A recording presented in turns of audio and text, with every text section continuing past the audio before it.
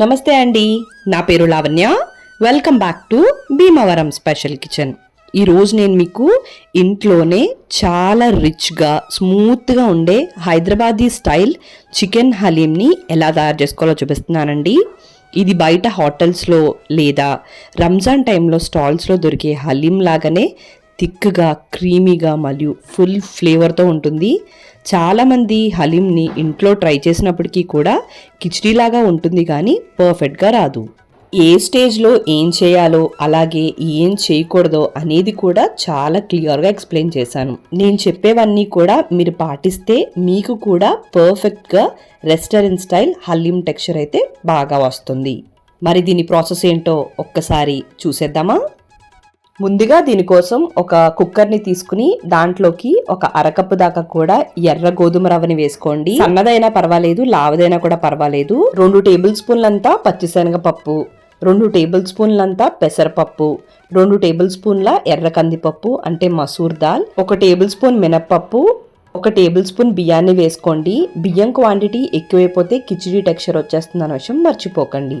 అలానే 2 టేబుల్ స్పూన్ల బార్లీ గింజలను వేసుకుని 2-3 సార్లు శుభ్రంగా కడుక్కోండి. అన్ని రకాల పప్పులు వాడడం వల్ల టెక్స్చరు, టేస్ట్ అన్నీ కూడా పర్ఫెక్ట్గా వస్తాయి. శుభ్రంగా కడుక్కున్న దాంట్లోకి 4 కప్పుల దాకా కూడా నీళ్ళని పోసుకుని కనీసం గంట లేదా 2 గంటల వరకు కూడా దీన్ని నానబెట్టుకోండి. టైం లేకపోతే అరగంట అయినా కూడా కంపల్సరీ నానబెట్టుకోవాలి. తర్వాత వేరొక బౌల్లోకి 12 జీడిపప్పులు, 12 బాదం పప్పులను వేసుకుని వేడివేడి నీళ్ళని పోసుకుని కనీసం ఒక అరగంట పాటు వీటిని నానబెట్టేసుకోండి. అరగంట తర్వాత ఇవన్నీ కూడా బాగా నానిపోయి ఉంటాయండి. ఇప్పుడు బాదం పప్పుల పైన తొక్కనంతా కూడా జాగ్రత్తగా రిమూవ్ చేసుకోండి. వేడి నీళ్ళు పోస్తేనే అరగంటలో ఇలా ఈ విధంగా వచ్చేస్తాయి. ఇప్పుడు కొద్దిగా నీళ్ళు పోసుకుని మెత్తని పేస్ట్లా గ్రైండ్ చేసుకుని పక్కకు పెట్టుకోండి. అదేవిధంగా మనం నానబెట్టుకున్న పప్పులన్నీ కూడా బాగా నానిపోయి ఉంటాయండి. ఇప్పుడు దీంట్లోకి ఒక 1/2 టీ స్పూన్ దాకా కూడా పసుపును వేసుకుని కుక్కర్ మూత పెట్టేసుకుని ఒక 4-5 విజిల్స్ రానివ్వండి. ఆ తర్వాత వేరొక స్టవ్ని ఆన్ చేసుకుని దాంట్లోకి మరొక కుక్కర్ని పెట్టుకుని 4-5 టేబుల్ స్పూన్ల దాకా కూడా నూనె, 2 టేబుల్ స్పూన్ల దాకా కూడా నెయ్యి వేసుకుని 3 పెద్ద ఉల్లిపాయల్ని ఇలా సన్నంగా కట్ చేసుకుని వీటిని బ్రౌన్ ఆనియన్స్ అయ్యేంత వరకు కూడా వేయించేసుకోండి.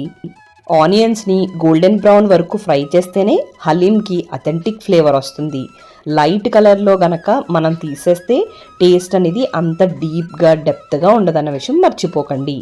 ఈ విధంగా వేగిన తర్వాత వీటిని పక్కకు తీసేసుకుని అదే నూనెలోకి ఒక 3 పెద్ద పచ్చిమిరపకాయల్ని ఇలా కట్ చేసుకుని వేసుకోండి.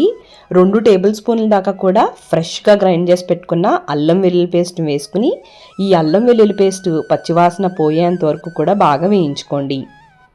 అల్లం వెల్లుల్లి పేస్ట్ పచ్చివాసన పోయి మంచి అరోమా వస్తున్నప్పుడు 1/2 కేజీ దాకా కూడా బోన్లెస్ చికెన్ని వేసుకుని ఈ చికెన్ని కనీసం ఈ నూనెలో ఒక 5 నిమిషాల పాటు బాగా వేయించండి.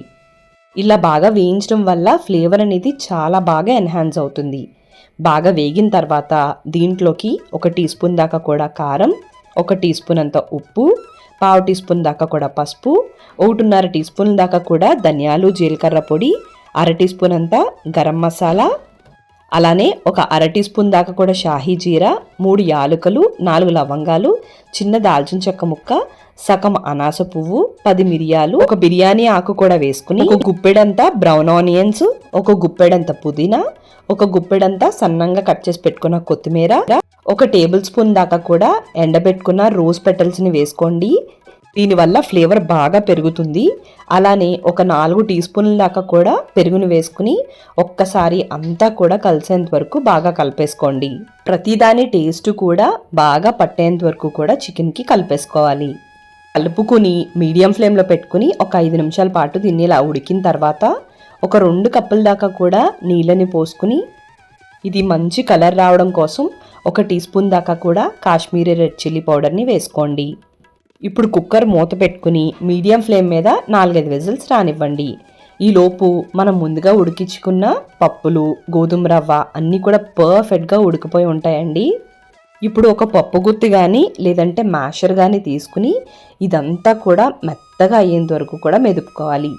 ఈ స్టేజ్లో కంపల్సరీ ఇదంతా కూడా ఒక క్రీమీ టెక్స్చర్ లాగా రాకపోతే గనక హలీం అనేది అస్సలు బాగోదు, చూడడానికి కానీ తినడానికి కానీ.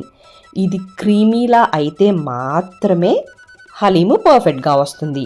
అవసరమైతే ఇలా పప్పు గుత్తితో కానీ లేదంటే చల్లారిన తర్వాత మిక్సీ జార్లో కానీ గ్రైండ్ చేసుకుని ఇలా పేస్ట్ లాగా రెడీ చేసుకుని పక్కకు పెట్టేసుకోండి. ఈలోపు చికెన్ కూడా కుక్ అయిపోయి ఉంటుందండి. ఆవిరిపోయిన తర్వాత తీసుకుని పైన తేలుతున్న నూనెని జాగ్రత్తగా 1 లేదా 2 టేబుల్ స్పూన్లంతా పక్కకు తీసుకోండి. ఆ తర్వాత ఇప్పుడు ఈ చికెన్ స్టాక్లోంచి ఈ చికెన్ అంతా కూడా జాగ్రత్తగా సెపరేట్ చేసేసుకోండి. సెపరేట్ చేసి పెట్టుకున్న చికెన్ అంతా కూడా ష్రెడెడ్ చికెన్ లాగా చేసుకోవాలి. అంటే చిన్న చిన్నగా పొడుగ్గా చేసుకోవాలి, తురుముకున్నట్టు. బద్దకించకుండా ఓపిక్గా వీటిని సన్నంగా చేస్తేనే టెక్స్చర్ అనేది పర్ఫెక్ట్గా వస్తుంది. ఈ విధంగా రెడీ చేసి పెట్టుకున్న ష్రెడెడ్ చికెన్ అంతా కూడా చికెన్ స్టాక్లోకి ట్రాన్స్ఫర్ చేసేసుకోండి. అలానే మనం ముందుగా ఉడికించుకుని మెత్తగా చేసి పెట్టుకున్న పప్పుల పేస్ట్ అంతా కూడా వేసుకోండి. అలానే ముందుగా గ్రైండ్ చేసి పెట్టుకున్న బాదం, జీడిపప్పు పేస్ట్ని కూడా దీంట్లోకి వేసుకుని ఒక 1/2 టీ స్పూన్ దాకా కూడా మిరియాల పొడిని వేసుకోండి. మిరియాల పొడి చికెన్ ఉడికించినప్పుడు కాకుండా ఈ స్టేజ్లోనే వేస్తేనే వామ్ ఫ్లేవర్ అనేది బాగా హలీంకి ఎన్హాన్స్ అవుతుంది. అలానే ఒక గుప్పెడి దాకా కూడా మళ్ళీ ఫ్రైడ్ ఆనియన్స్ని వేసుకుని ఒక్కసారి అంతా కూడా కలిసేంత వరకు కూడా బాగా కలుపుకోవాలి. ఇక్కడి నుంచి కొంచెం ఓపిక పడితే మనకి ఈ రెసిపీ చాలా చాలా పర్ఫెక్ట్గా వస్తుందండి.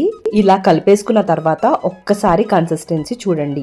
ఇది కొంచెం థిక్గా అనిపిస్తే కనుక ఒక 1/2 గ్లాస్ దాకా కూడా వేడి నీళ్ళని పోసుకుని ఒక్కసారి అంతా కూడా బాగా మ్యాష్ చేసుకోండి. ఇక్కడి నుంచి పప్పు గుత్తి కానీ మ్యాషర్ కానీ ఇలా కంటిన్యూస్గా తిప్పితేనే టెక్స్చర్, టేస్ట్ అనేది పర్ఫెక్ట్గా వస్తుంది అనమాట. మిగతా స్పైసెస్ అన్నీ కూడా పర్ఫెక్ట్గా సరిపోతాయండి నేను చెప్పిన క్వాంటిటీకి. ఉప్పు మాత్రం మీ టేస్ట్ తగ్గట్టు చూసుకుని వేసుకుని ఇప్పుడు మళ్ళీ దీన్ని స్టవ్ మీద పెట్టుకుని మీడియం ఫ్లేమ్ మీద ఈ కన్సిస్టెన్సీ అనేది కూడా పర్ఫెక్ట్గా వచ్చేంత వరకు కూడా మ్యాషర్తో చూపిస్తున్న విధంగా కలుపుకుంటూ ఉండాలి. ఫైనల్గా మనకి పైకి నూనె, నెయ్యి తేలుతూ ఉంటుంది. అలానే కలర్ కూడా కొంచెం ఎన్హాన్స్ అవ్వి చూసారు కదండి. టెక్స్చర్ ఈ విధంగా వచ్చింది అంటే కనుక పర్ఫెక్ట్గా ఇది రెడీ అయిపోయినట్టు. ఫైనల్ టచ్ కోసం దీంట్లోకి 2 టీ స్పూన్ల దాకా కూడా నెయ్యి, కొద్దిగా ఫ్రైడ్ ఆనియన్స్, అలానే కొద్దిగా కొత్తిమీర వేసుకుని మరొక్కసారి కలిపేసుకుంటే మనకి హైదరాబాదీ స్టైల్ చికెన్ హలీం అయితే పర్ఫెక్ట్గా రెడీ అయిపోతుంది. నన్ను నమ్మండి, మీ ఇంట్లో వాళ్ళకి ఇలా చేసి పెట్టండి, వాళ్ళు కంపల్సరీ సేమ్ రెస్టారెంట్లో తిన్నట్టే ఉందని చెప్తారు.